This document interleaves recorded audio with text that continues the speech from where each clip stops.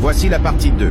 Donc, la femme en noir essaye d'étrangler l'homme quand soudain une femme vêtue de blanc entre et repousse la femme en noir. Elle lui demande ce qu'elle veut, et la femme en noir répond « Cet homme a tué mon fils et mangé son foie.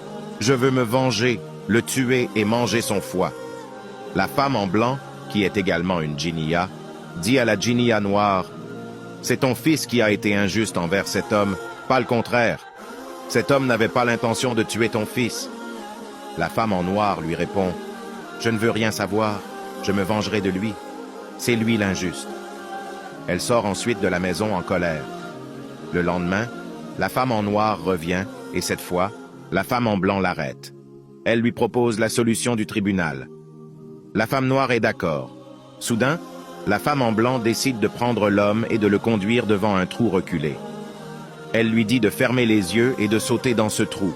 L'homme exécute ce qu'elle lui dit, saute et ferme les yeux. Lorsqu'il les rouvre, il se retrouve dans une autre dimension, un autre monde, celui des djinns.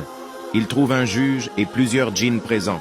La femme en noir, qui est la mère du lapin noir, et la femme en blanc, qui défend l'homme, sont présentes. Le juge demande ce qui s'est passé et la femme en blanc ainsi que la femme en noir expliquent ce qui s'est passé. L'homme posait des pièges pour attraper un lapin. La femme en noir dit « Il a tué mon fils et mangé son foie. Je veux avoir le même droit, le tuer et manger son foie. » Le juge interroge ensuite l'homme et lui demande ce qui s'est passé. L'homme répond au juge « Oui, certes, j'ai attrapé ce lapin. Je l'ai égorgé et mangé son foie. Mais je ne savais pas que ce n'était pas un simple lapin. Avant cela, j'avais récité les prières de protection. » Le juge l'écoute attentivement et se tourne vers la femme en noir en lui disant « Cet homme n'a pas été injuste envers ton fils. C'est ton fils qui a été injuste envers lui. Avant de poser ses pièges, il a récité toutes les prières de protection. Je vous ai également prévenu à plusieurs reprises de ne jamais laisser vos enfants prendre une forme animale, surtout les animaux qui sont mangés par les humains, afin qu'ils ne soient pas injustes envers vous par ignorance. Mais vous n'avez pas écouté. Ce n'est pas lui qui est injuste, c'est toi. Tu seras jugé pour cela par un châtiment exemplaire. Après cela, le procès est terminé. L'homme se retrouve chez lui, et au bout des 40 jours, sa famille revient le voir et retourna chez lui.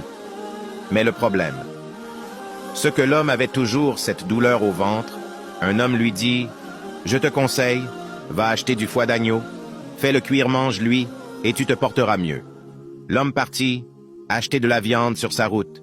Il croise un homme qu'il ne connaît pas, et qu'il n'a jamais vu l'homme qui ne connaît pas lui, dit « Où va ?»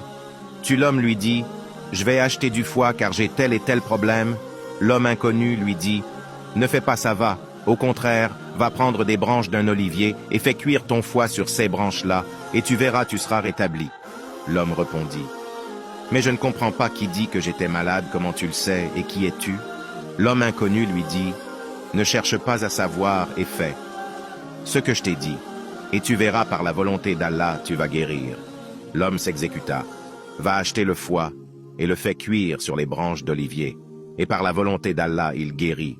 Et c'est ainsi que cette histoire réelle se termine. Mes chers frères et sœurs, cette histoire doit nous servir de leçon. Il faut toujours dire Bismillah avant de cracher par terre, de jeter un caillou, avant de jeter de l'eau chaude dans l'évier, et dire Bismillah 3 fois si vous voyez un serpent dans votre maison avant de le tuer. Merci d'avoir regardé cette vidéo, n'oubliez pas de vous abonner et dites si vous voulez plus d'histoires de ce genre par commentaire.